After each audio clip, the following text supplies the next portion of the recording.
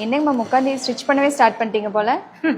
ஆமாம்மா, நாளைக்கு வந்து மதுரை செமினாருக்கு ஒரு புது ட்ரெஸ் எடுத்துகிட்டு வந்தேன். ஸோ கொஞ்சம் லூஸாக இருக்கா, அதனால் வந்து சரி அப்படியே லைட்டாக டக் பிடிச்சி வச்சிட்டோம் அப்படின்னா நல்லாயிருக்குமே அப்படின்னு. நம்ம வீட்டில் வந்து சில பொருட்கள்லாம் பார்த்தீங்கன்னா, ஒரு வீடுனா சில பொருட்கள்லாம் கண்டிப்பாக இருக்கணும். அந்த லிஸ்ட்டில் வந்து ஒரு தையல் மிஷின் எப்போவுமே நான் சொல்லுவேன். நம்ம வந்து ஃபுல்லாக ட்ரெஸ் ஸ்டிச் பண்ண தெரியுதோ இல்லையோ, ஆனால் அந்த பேசிக்காவது தெரிஞ்சுக்கிட்டு ஒரு தையல் மிஷின் இருக்கணும்.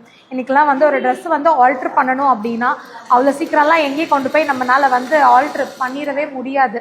ஸோ ஏன்னா டெய்லர்ஸ் எல்லாமே இன்றைக்கி நம்ம ஸ்டூடெண்ட்டே பார்த்திங்கன்னா பயங்கர பிஸி தான். அதனால வந்து ஒரு சின்ன சின்ன இந்த மாதிரி ஆல்ட்ரு பண்ணுறது, குழந்தைங்க ட்ரெஸ்ஸை வந்து கொஞ்சம் டைட் பண்ணுறது, ஸோ இந்த மாதிரி விஷயங்கள்லாம் பொதுவாக எல்லாருக்குமே வந்து தெரிஞ்சிருக்கணும்.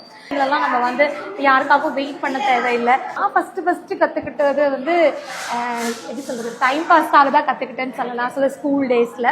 பட் அன்னைக்கு கற்றுக்கிட்டது வந்து இன்னைக்கு வரைக்குமே வந்து எனக்கு கை கொடுக்குது பார்த்தீங்களா. ஒரு கிளாஸ் எடுக்கணும் அப்படிங்கிறதுலேருந்து ஸ்டார்ட் பண்ணி எனக்கு தேவையானது நானே தைச்சிக்கணுங்கிற வரைக்கும். ஸோ அதுதான். அதனால வந்து எல்லாருமே ஒரு தையல் கலை அப்படிங்கிறது வந்து தெரிஞ்சுக்கிறது ரொம்ப ரொம்ப ரொம்ப ரொம்ப முக்கியமான ஒரு விஷயமா நான் நினைக்கிறேன். நீங்கள் சொல்லுங்கள், நான் சொல்கிறது கரெக்டாக அப்படின்னு. அண்ட் இந்த ட்ரெஸ்ஸை நாளைக்கு போட போகிறேன். ஸோ நாளைக்கு எப்படி இருக்குன்னு அவுட்லுக் பார்த்துட்டு சொல்லுங்கள்.